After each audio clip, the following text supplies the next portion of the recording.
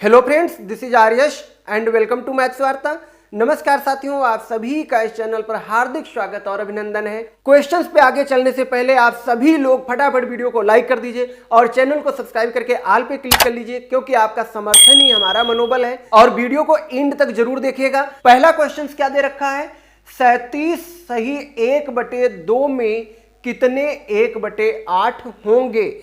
यानी जो 37 सही 1/2 संख्या है, इस संख्या में 1/8 कितने होंगे। तो इस क्वेश्चन के सॉल्यूशन में सबसे पहले हम मान लेते हैं, माना 1/8 की संख्या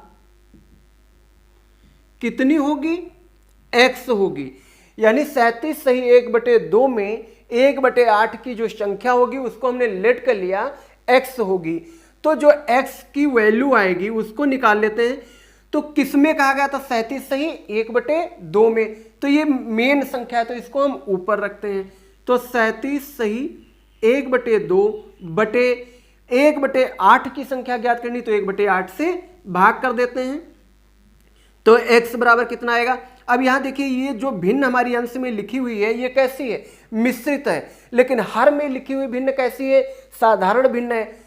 तो हम अंश में लिखी हुई भिन्न को भी सिंपल फ्रैक्शन में बदल लेंगे, यानी साधारण भिन्न में बदल लेंगे। तो साधारण भिन्न में बदलने के लिए उसके हर से उसके पहले लिखी हुई संख्या की गुणा करते हैं, जो आता उसमें अंश को जोड़ लेते हैं, तब वो हमारी साधारण भिन्न बन जाती है।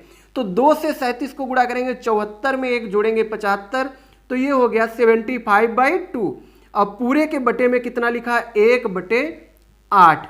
अब यहां पे नेक्स्ट स्टेप देखिए, नेक्स्ट स्टेप में क्या है, जो भिन्न ऊपर लिखी है इस भिन्न को हमें सबसे पहले ऐसे ही लिख लेना है, 75/2। अब बटे में लिखी हुई संख्या को जब हम गुणे में कन्वर्ट करते हैं तो जो अंश बटे हर होता है वो हर बटे अंश हो जाता है, यानी जो संख्या होती है वो पलट जाती है, यानी अंश की जगह हर हो जाएगा, हर की जगह अंश हो जाएगा। तो बटे में साथियों 1/8 लिखा हुआ है और ये 75/2 के भाग में है। तो मैं चाहता हूं जो 75/2 के भाग में ये संख्या लिखी 1/8 है, ये गुणे में हो जाए, यानी 75/2 के साथ में इसको मैं गुणे में लिखना चाहता हूं। तो जब भी गुणे में कोई संख्या लिखी जाती है भाग की, तो वो सदैव रेसिप्रोकल हो जाता है, यानी उलट जाती है, हर बटे अंश के रूप में लिखी जाती है। तो 1/8 था तो सिंपल सा ये 8/1 हो जाएगा। 2 से कैंसिल आउट कर ले, 2 1 कम 2 चक्कू 8। अब 75 4 की गुणा करेंगे, कितना आएगा, 300। तो जो ये 300 हुआ ये काहे की संख्या आई, x की संख्या आई है। इसी को तो हम लोग x से लिट किए थे कि जो x होगा वो 37 सही 1/2 में 1/8 की संख्या होगी। यानी 37 सही 1/2 में 1/8 जो होंगे वो कितनी बार होंगे, 300 बार होंगे। यानी हम 1/8 को अगर 300 बार जोड़ें, 1/8 प्लस 1/8 प्लस 1/8 करके, तब जाके कहीं 37 सही 1/2 प्राप्त होगा। तो जो ये 300 आया, ये इस दिए हुए क्वेश्चन का क्या हो गया, आंसर हो गया। तो 300 किस पार्ट में है, ए पार्ट तो लिखा था, निर्धारित नहीं कर सकते, इसका मतलब ये तो ऐसे ही कैंसिल हो गया। बी पार्ट में देखिए 300 लिखा हुआ है, तो इस क्वेश्चन का जो आंसर हुआ वो कितना आ गया, 300। तो मैं उम्मीद करता हूं ये भिन्न का जो सवाल है, यानी फ्रैक्शन का क्वेश्चन है, ये आप लोगों को अच्छे से समझ में आया होगा।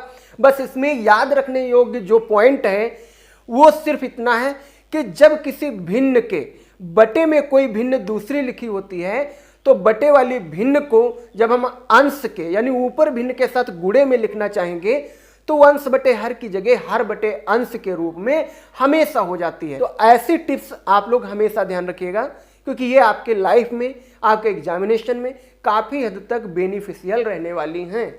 देखिए क्वेश्चन नंबर 2 क्या कह रहा है, √36.1/102.4 इसका मान क्या होगा। यानी 36.1/102.4 जो ये पूरी संख्या अंश बटे हर के रूप में लिखी हुई है, इस पूरी संख्या यानी इस भिन्न का हमें वर्गमूल चाहिए।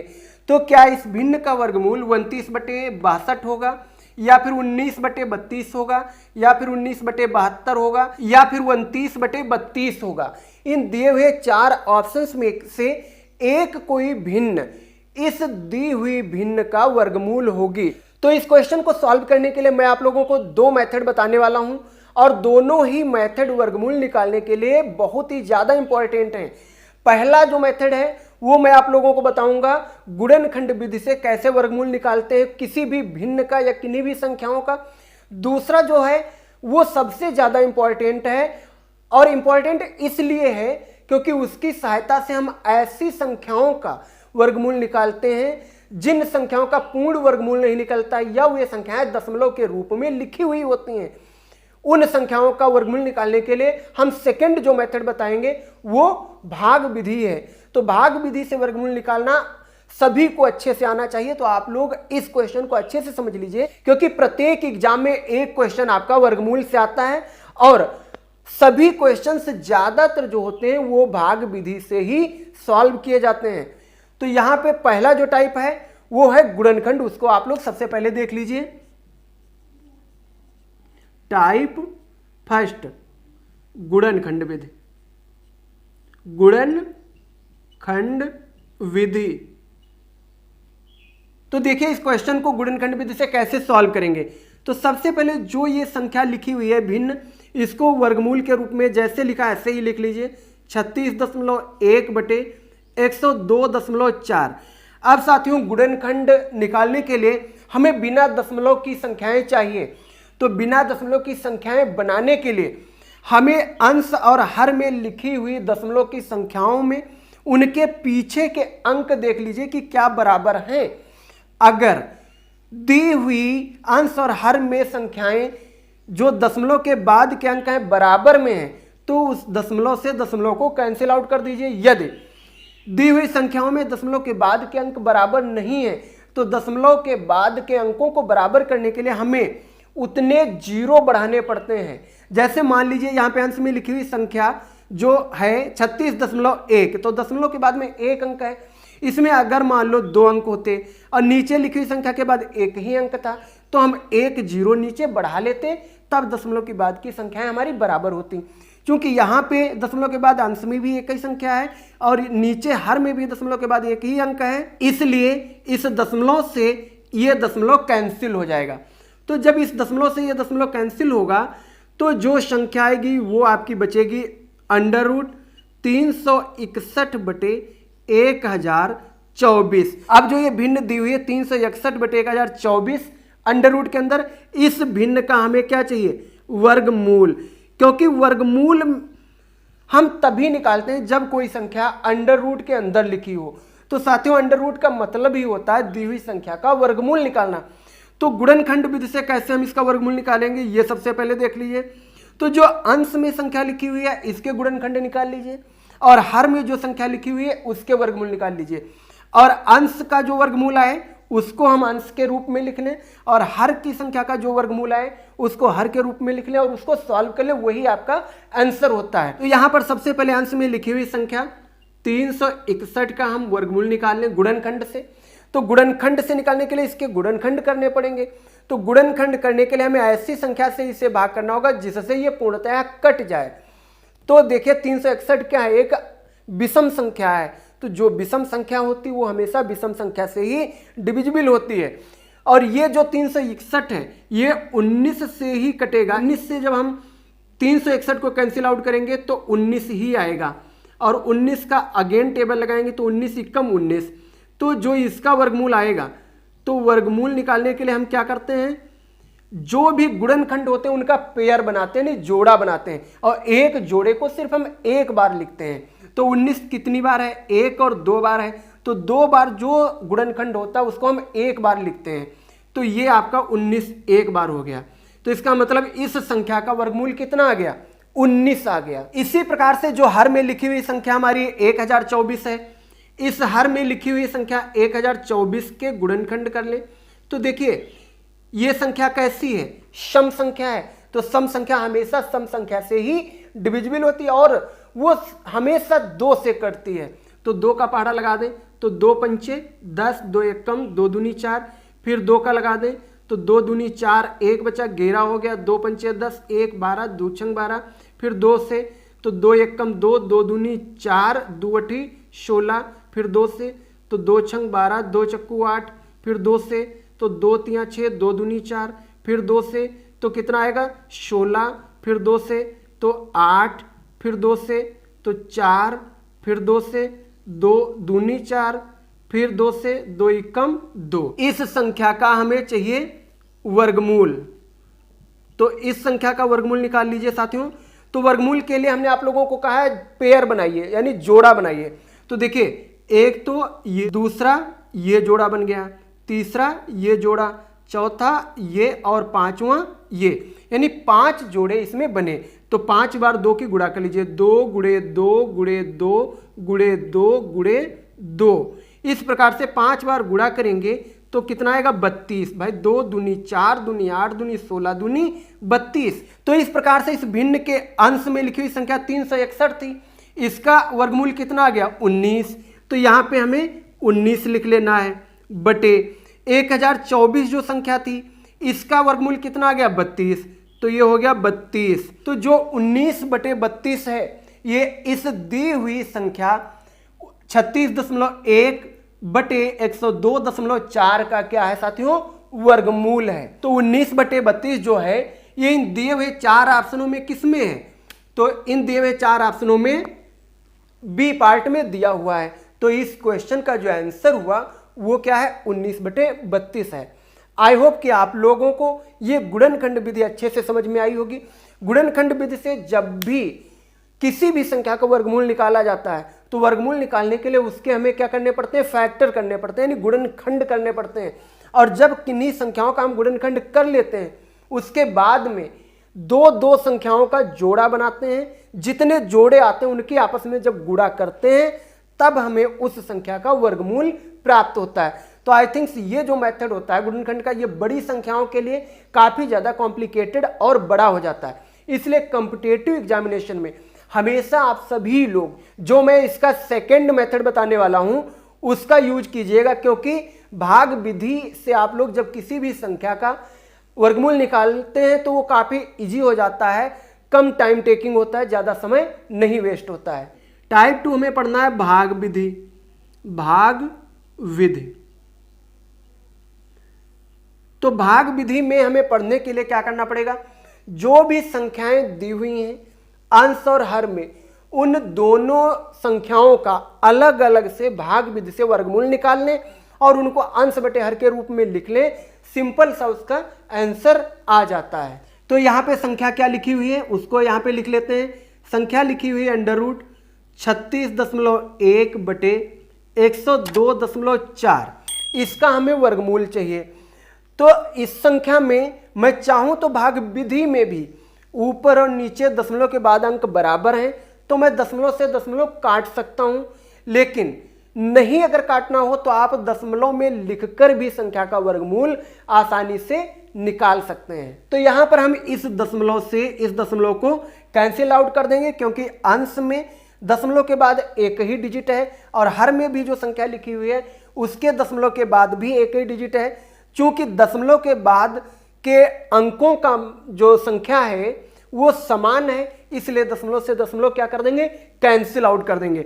और यहां से हमें निकालना क्या है वर्गमूल निकालना है। तो जो वर्गमूल होगा वो आप लोग इधर निकाल लीजिए। तो हमें सबसे पहले तो 361 जो संख्या है इस संख्या का क्या करना है भाग विधि से वर्गमूल निकालना है। तो भाग विधि से वर्गमूल निकालने के लिए जो सबसे मेन पॉइंट है वो आप लोग ध्यान दीजिएगा।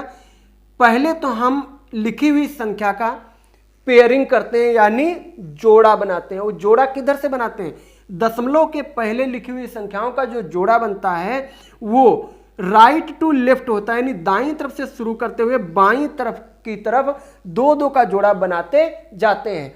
और दशमलव के बाद अगर कोई संख्याएं होती हैं तो उसका हम दशमलव के स्थान से शुरू करते हुए और लेफ्ट टू राइट लेके जाते हैं, यानी बाएं से दाएं की तरफ दो का जोड़ा बनाते हैं। ये 2 पॉइंट आप लोग अच्छे से ध्यान रखिएगा।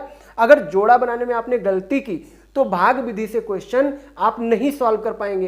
तो जो जोड़ा बनाया जाता है वो बिना दशमलव की संख्याओं का दाहिने तरफ से शुरू करते हुए बाईं तरफ की तरफ दो का जोड़ा बनाते बनाते लेके आते हैं। तो यहां पे देखिए सबसे पहले तो एक जोड़ा ये हो गया, दूसरा ये हो गया। अब इस संख्या का हमें चाहिए भाग विधि से वर्गमूल, और भाग विधि से वर्गमूल निकालने के लिए साथियों शुरू में चाहे एक अंक का जोड़ा है तो उसमें टेबल लगाएंगे, अगर दो अंकों का जोड़ा तो उसमें लगाएंगे, यानी जो भी टेबल लगता है या जो भी नीचे संख्या उतर के आती वो पूरा जोड़ा ही उतर के आता है या पूरे जोड़े में ही पहाड़ा लगाया जाता है। दूसरा पॉइंट, जो भी टेबल लगेगा वो हमेशा वर्ग का लगता है, ये नहीं कि यहाँ पे 3 है तो हम 2 का पहाड़ा लगा दें, 2 एक कम 2, जी नहीं। 1 का लगाएंगे तो 1 एक कम 1 ही लगेगा, 2 का लगाएंगे तो 2 दूनी 4 लगेगा, 3 का अगर हम टेबल लगा रहे हैं तो 3 तिया 9 लगेगा, 4 का लगाएंगे तो 4 चक्कू 16 लगेगा, 5 का लगाएंगे तो 5 पंचे 25 लगेगा। मिस जिस संख्या का टेबल लगाते हैं वो हमेशा उसके वर्ग के बराबर ही लगता है, ये पॉइंट सबसे मेन है, इसको भी आप लोग अच्छे से ध्यान रखिएगा। जब भी भाग विधि हम सॉल्व करेंगे तो हमें जो टेबल लगाना है वो हमेशा वर्ग के फॉर्म में लगता है, यानी वर्ग की संख्या के रूप में लगता है। 1 का लगना है तो 1 एक कम, 2 का लगना है तो 2 दूनी 4, 3 का लगना तो 3 तिया 9 ही लगेगा। ये नहीं कि 2 का टेबल कहीं लगाना तो 2 तिया लगा दिया, जी नहीं। 2 का मतलब 2 दूनी 4। तो देखिए यहाँ 3 में पहला जो जोड़ा है वो क्या है, सिंगल है, 3 है, तो 3 में अगर हम 2 का टेबल लगाएंगे तो 2 दूनी 4 साथियों ज्यादा हो जाएगा, इसका मतलब 2 का टेबल नहीं लगना। तो 1 का टेबल लगा दे तो 1 यहाँ लिखेंगे, 1 यहाँ लिखेंगे, और 1 एकम कितना आता है 1। अब घटा देंगे नॉर्मली तो 3 से 1 जाएगा, कितना आएगा 2। अगला जो डिजिट है वो पूरा पूरा उतारा जाता है पेयर, तो पेयर कितने का है, यानी जोड़ा कितने का है 61, तो 61 पूरा उतर आया। फिर नेक्स्ट क्या करेंगे, जितने का टेबल हमने उस स्टेप में लगाया है उसको उसी स्टेप में ऐड कर देंगे, और जो ये प्रक्रिया करते हैं ये हर बार जैसा हम टेबल लगाएंगे वैसा ही ऐड करना पड़ेगा। तो यहाँ पे हमने 1 का टेबल लगाया था तो इसमें 1 जोड़ देंगे, तो 1 1 कितना हो गया 2। अब हमें देखिए यहाँ पे क्या करना है, इस संख्या में कितने का टेबल लगाएं कि यहाँ पे वो संख्या लिख करके उसकी गुणा की जाए तो इतने की इक्वल आ जाए। तो आई थिंक 9 से हम लगाएंगे तो 9 यहाँ लिखेंगे, 9 यहाँ भी लिखेंगे, तो 9 का टेबल हम जब लगाएंगे तो 9 9 81, यहाँ से 8 आया, 9 दूनी 18, 18 में 8 जोड़ेंगे 26। तो साथियों ये पूरी कैंसिल आउट हो गई। तो 361 का भाग विधि से वर्गमूल निकालने पे कितना आया 19। अब हर में लिखी हुई संख्या कितनी है 1024 है, तो इस 1024 का भी हमें भाग विधि से वर्गमूल चाहिए, तो इसमें भी हम दाहिने तरफ से बाएं तरफ की तरफ आते हुए जोड़ा बनाएं। तो देखिए एक तो ये जोड़ा बन गया, दूसरा ये पेयर बन गया। अब इस संख्या का भी हमें क्या चाहिए, भाग विधि से वर्गमूल चाहिए। तो हमने कहा था जिसका हम टेबल लगाएंगे उसके वर्ग के बराबर लगाएंगे। तो शुरू में पहला जोड़ा कितना लिखा हुआ है 10, तो 10 में ऐसी संख्या का टेबल लगाएं जो इससे ज्यादा ना आए। तो साथियों अगर मैं 4 का लगाना भी चाहूं तो 4 का पहाड़ा 4 ही बार लगना है, ये फिक्स है। तो 4 चक्कू 16, 16 क्या हो जाएगा 10 से ज्यादा हो जाएगा। तो हमें फिर 4 का ना लगाते हुए 3 का देखना पड़ेगा। तो 3 का अगर मैं लगाऊंगा तो 3 तिया 9, क्योंकि वर्ग के रूप में लगता है, तो 3 लेंगे तो 3 तिया 9 हो जाएगा इसका वर्ग। तो 3 तिया 9, 9 10 से छोटा है तो यानी 3 का टेबल लग जाएगा। तो यहाँ पे 3 लिख लिया, यहाँ पर भी 3 लिख दिया, तो 3 तिया 9 हो गया। घटा लेंगे 10 से 9 जाएगा 1, अगला पूरा जोड़ा उतरता है तो 24 आ गया। अब हमने आप लोगों से कहा था जितना हम टेबल लगाते हैं उसी स्टेप में अगले स्टेप को करने से पहले ऐड कर लेते हैं। तो 3 का लगाया था तो इसमें हमने क्या किया 3 ऐड कर दिया, तो ये हो गया 3 3 6। अब देखिए किसका यहाँ पे टेबल लगाया जा सकता है। तो अगर मैं 1 का बाय द वे यहाँ लगाता हूँ तो 1 यहाँ लिखूंगा तो 61 होगा, तो 61 1 कम 61 जो कि इससे काफ़ी छोटा है। तो मैं 2 का लगाऊं तो 2 यहाँ लिखूंगा, 2 यहाँ लिखूंगा। अब 2 का लगाया तो 2 से इसको पूरे को गुणा कर दें, तो 2 दूनी 4 और 2 छंग 12, तो यहाँ भी पूरा कैंसिल आउट हो गया। और इस 1024 का भाग विधि से वर्गमूल निकालने पे कितना वर्गमूल आया 32। तो इन संख्याओं के जो वर्गमूल आ गए उनको हम यहाँ नॉर्मली लिख लेते हैं। तो 361 का वर्गमूल कितना आया 19, यानी इस फ्रैक्शन में इस भिन्न में जो इसका अंश था 361, इसका भाग विधि से वर्गमूल निकालने पे 19 आया, 19 लिख लिया। और जो इस भिन्न का हर था 1024, तो इसका भाग विधि से वर्गमूल कितना आया 32 आया, तो 32 लिख दिया। तो यह 19/32 जो है ये इस दिए हुए क्वेश्चन का आंसर आया। तो देखा 19/32 भाग विधि से और गुणनखंड विधि से सेम ही आया और सेम ही हमेशा आएगा। तो इसका भी बी पार्ट के अकॉर्डिंग आंसर 19/32 हो गया। तो अब मुझे पूर्णतः विश्वास हो गया कि आप लोग इस क्वेश्चन को अच्छे से समझ लिए होंगे। अब आप लोगों से चाहे वो गुणनखंड मेथड से या फिर भाग विधि से किसी भी प्रकार से वर्गमूल निकलवाने के लिए कहा जाए तो आप लोग आसानी से उसका वर्गमूल निकाल लेंगे। नेक्स्ट क्वेश्चन नंबर 3 में √1 + 26/169 यानी अंडर रूट में लिखा है 1 + 26/169 बराबर में 1 + x/13।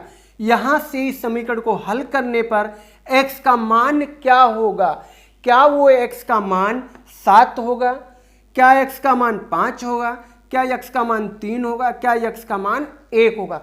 ये क्वेश्चन ने पूछा है।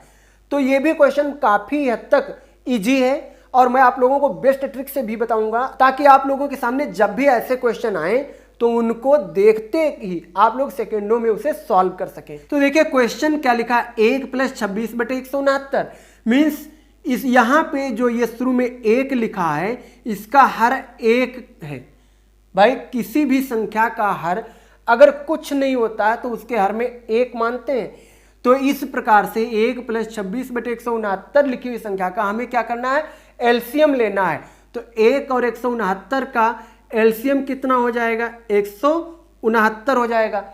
अब चूंकि इसका हर 1 है तो 169 से यहाँ गुणा हो जाएगी, तो 169 × 1 यानी ये हो गया 169 + 26। अब पूरे पे अंडर रूट था वो लगा दीजिए, बराबर में कितना लिखा है 1 + x/13। इसको थोड़ा और सिंप्लीफाइड करें तो 169 और 26 जोड़ेंगे कितना आएगा 196। तो 196/169 बराबर में 1 + x/13। तो साथियों 196 का वर्गमूल कितना होता है 14। इसका वर्गमूल जब आप निकालेंगे भाग विधि से निकाल लीजिए या गुणनखंड से निकाल लीजिए, आसानी से 14 आ जाएगा। तो 14 196 का वर्गमूल हो गया और 169 का वर्गमूल कितना आया 13। तो ये जो संख्या हमारी आई 196/169 का वर्गमूल वो 14/13 हो गया, बराबर में 1 + x/13। अब हम चाहते हैं इस समीकरण को सॉल्व करें। तो इस समीकरण को सॉल्व करने के लिए देखिए यहाँ पे क्या करना पड़ेगा। सबसे पहले तो हम इस 1 को इधर भेज दें, 1 को इधर भेज दें और घटा दें। एक तो ये तरीका है, फिर हम x की वैल्यू निकालें। दूसरा है यहाँ पर हम एलसीएम ले लें साथियों। तो ये जो संख्या इसको हम ऐसे ही लिख लें, ये संख्या हमारी क्या है 14/13 बराबर यहाँ पे इसका हर क्या है 1/1 हो जाएगा। तो 13 और 1 का लासा कितना होगा 13, तो ये सिंपल सा 13 हो गया। अब 13 से इसकी गुणा होगी तो 13 × 13 और प्लस x। अब देखिए यहाँ पे 2 पक्ष लिखे हुए हैं, बाएं पक्ष में 14/13, दाएं पक्ष में 13 + x/13।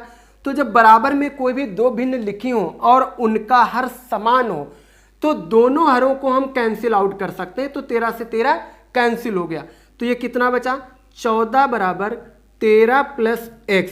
तो साथियों वैल्यू चाहिए हमें x की, तो x बराबर कितना हो जाएगा 14 - 13 मीन्स x की वैल्यू कितनी आ गई 1।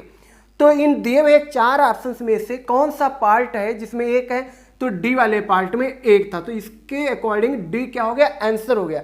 यानी इस लिखी हुई समीकरण में x का मान क्या होगा 1 होगा।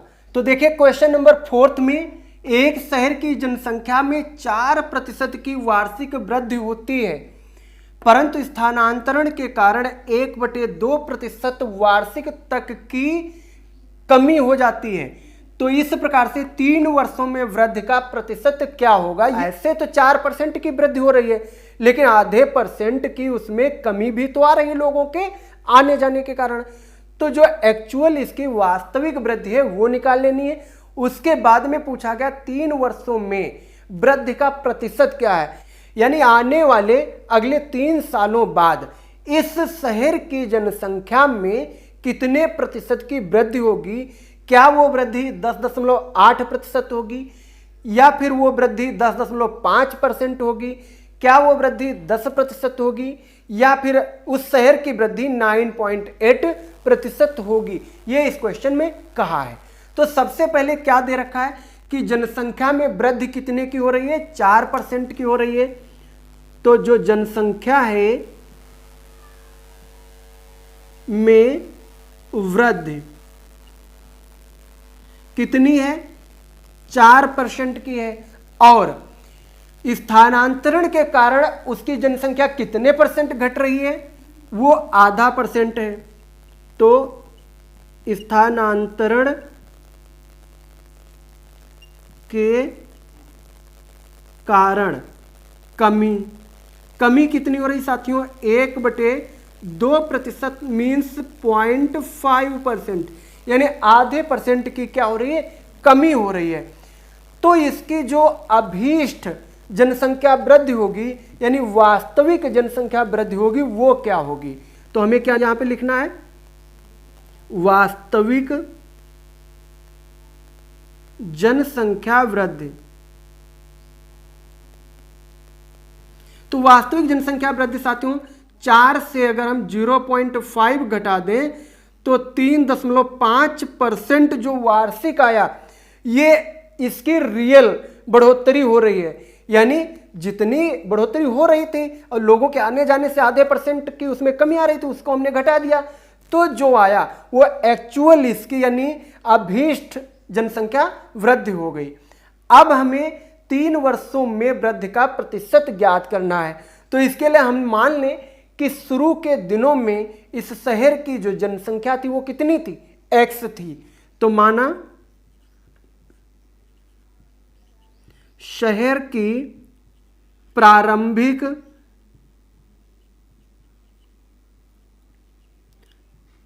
जनसंख्या कितनी थी, x। तो अगर प्रारंभिक जनसंख्या x थी और उसमें बढ़ोतरी कितनी की हो रही है, 3.5% की हर वर्ष, सेम चक्रवृद्धि की दर से ही उसमें बढ़ोतरी हो रही है। तो यहां से पहले साल की जो जनसंख्या है उसको हमने मान लिया x, यानी ये p का मान था। p का मतलब प्राइम नंबर, यानी जो इनिशियल नंबर होता है। हमें अमाउंट चाहिए, तो a बराबर यानी 3 साल बाद की जनसंख्या चाहिए। तो 3 साल बाद की जनसंख्या को निकालने के लिए रिप्रेजेंट करेंगे a से। तो a क्या है, 3 वर्ष बाद की जनसंख्या है। तो a बराबर क्या लगाएंगे, p का मतलब है x, यानी वर्तमान जनसंख्या गुणे 1 + r का मतलब कितने प्रतिशत की कमी या वृद्धि हो रही है। तो 3.5% की वृद्धि हो रही है, तो 3.5/100 कितने साल में, 3 साल में हमें निकालना है। तो ये हो गया। इसको थोड़ा सिंपल करें तो x गुणे 100 से 1 की गुणा होगी साथियों, तो 100 एकम 100 हो गया। 100 में 3.5 जोड़ेंगे कितना आएगा, 103.5। तो ये हो गया 103.5/100, इसका क्यूब। तो अब इस दी हुई संख्या का अगर हम क्यूब निकालेंगे तो a बराबर कितना आ जाएगा, x गुणे 103.5/100 का जब हम क्यूब निकालेंगे तो ये लगभग में आएगा 1.1087, यानी 1.10871 समथिंग, ऐसे करके काफी बड़ी संख्या एक आ जाएगी। तो दशमलव के बाद के हमने 4 या 5 अंकों को अधिकतम लेना होता है, तो हमने 4 अंक लगभग में 5 ले लिए। तो ये आ गया a बराबर x गुणे इतना, मीन्स यहां से a की वैल्यू कितनी आई, 1.1087x, मीन्स किसी शहर की शुरू की जनसंख्या x थी और 3.5% की वृद्धि के अनुसार 3 साल बाद उसकी जनसंख्या कितनी हो गई, 1.1087x। अब हमें चाहिए क्या, 3 साल के दौरान में उसकी जनसंख्या में कितने की बढ़ोतरी हुई, उसके बाद में उसको हम प्रतिशत मान में निकाल लें। तो जब भी शुरू का मान पता हो और बाद का पता हो तो उसके बीच के दौरान में परसेंटेज वैल्यू पूछी जाए तो बाद वाले मान से शुरू वाले को घटा दें, जो मान आएगा वो बटे शुरू की वैल्यू गुणे 100। इस प्रकार से हम परसेंटेज निकालते हैं। तो यहां से हमें निकालना क्या है, प्रतिशत वृद्धि। तो जो प्रतिशत वृद्धि होगी वो क्या होगी, 3 साल बाद की संख्या यानी a माइनस प्रारंभिक संख्या यानी P बटे प्रारंभिक संख्या गुणे 100। तो यहां से सॉल्व कर ले साथियों। तो A का मान कितना है 1.1087x माइनस P की वैल्यू कितनी थी x बटे P की वैल्यू कितनी थी x गुणे 100। अब 1.1087 x से एक x घटेगा तो कितना बचेगा 0.1087 x बटे x गुणे 100। इस x से साथियों इस x को कैंसिल आउट कर देंगे तो कितना आएगा 0.1087 गुणे 100। तो 100 से गुणा करेंगे तो 2 अंक दशमलव इधर खिसक जाएगा तो कितना आएगा 10.87%। इस प्रकार जो ये 10.87% आया, ये इस शहर की 3 वर्ष बाद जनसंख्या वृद्धि होगी। तो इन दिए हुए 4 पार्टों में से कौन सा पार्ट आंसर है देख लीजिए। तो देखिए यहाँ पे 10.8 है और यहाँ पे 10.87 है। तो दशमलव के बाद का पहला अंक बिल्कुल समान है, चूंकि दशमलव के बाद एक ही अंक तक इसमें आंसर दिया हुआ है तो हमें एक ही अंक ले लेना। तो पहला पार्ट ए जो है वही इस क्वेश्चन का क्या हो गया आंसर हो गया। नेक्स्ट क्वेश्चन नंबर 5 क्या कह रहा है 13 परिणामों का औसत 68 है, पहले 7 का औसत 63 है और आखिरी 7 का औसत 70 है, तो 7वें परिणाम का औसत कितना होगा। क्या वो 94 होगा, क्या 7वें परिणाम का मान 73.5 होगा, क्या 63.5 होगा, या फिर 7वें परिणाम का मान 47 होगा। मीन्स 13 प्रेक्षण दिए हुए होंगे कोई जिनमें उनका औसत मान 68 है और शुरू के जो होंगे 7 उनका औसत 63 है और आखिरी के जो 7 होंगे उनका औसत 70 है। पूछा ये गया है कि जो 7वां परिणाम है यानी जो बीच में संख्या होगी उसकी वैल्यू कितनी होगी, यानी 7वें प्रेक्षण या परिणाम की वैल्यू कितनी होगी। तो जैसा कि इसमें दिया है 13 परिणामों का औसत 68 है, तो हमें चाहिए 13 परिणामों का योग कितना होगा। तो हमें इसमें सबसे पहले निकालना है 13 परिणामों का कुल योग। और कुल योग निकालने के लिए जितने प्रेक्षणों की संख्या हो उस संख्या को उसके कुल औसत से अगर गुणा कर दें तो हमें कुल परिणाम का योगफल आ जाएगा। तो 13 परिणाम थे तो 13 गुणे 68 दिया हुआ इनका औसत। देखिए 13 से जब हम 68 को गुणा करेंगे तो कितना आएगा 884। कैसे आया 13 8 104 हासिल है 10 13 78 10 88 यानी 884 जो आया ये इन 13 परिणामों का कुल योग आया। अब हमें चाहिए पहले 7 प्रेक्षणों का औसत दिया हुआ है 63, तो पहले 7 का जो कुल योग होगा वो कितना होगा। तो प्रथम 7 परिणामों का कुल योग। तो प्रथम 7 परिणाम है तो 7 गुणे कितना दिया हुआ है 63, तो इनकी मल्टीप्लाई करने कितना आएगा। तो 7 से 3 को करेंगे 7 3 जा 21 कैरी 2, फिर 7 की 6 टाइम करेंगे तो 7 6 जा 42, 42 में 2 ऐड करेंगे तो 4 4 यानी 4 41 441 आ जाएगा इन 7 परिणामों का कुल योग। अब नेक्स्ट दिया था आखिरी 7 का औसत 70 है, तो आखिरी 7 परिणामों का औसत 70 दिया था, हमें चाहिए आखिरी 7 परिणामों का कुल योग। तो आखिरी 7 परिणामों का कुल योग। तो 7 परिणाम थे, इनका औसत था 70, तो 70 से गुणा करेंगे कितना आ जाएगा 490। ये आ गया आखिरी के 7 परिणामों का जो कुल योग होगा वो।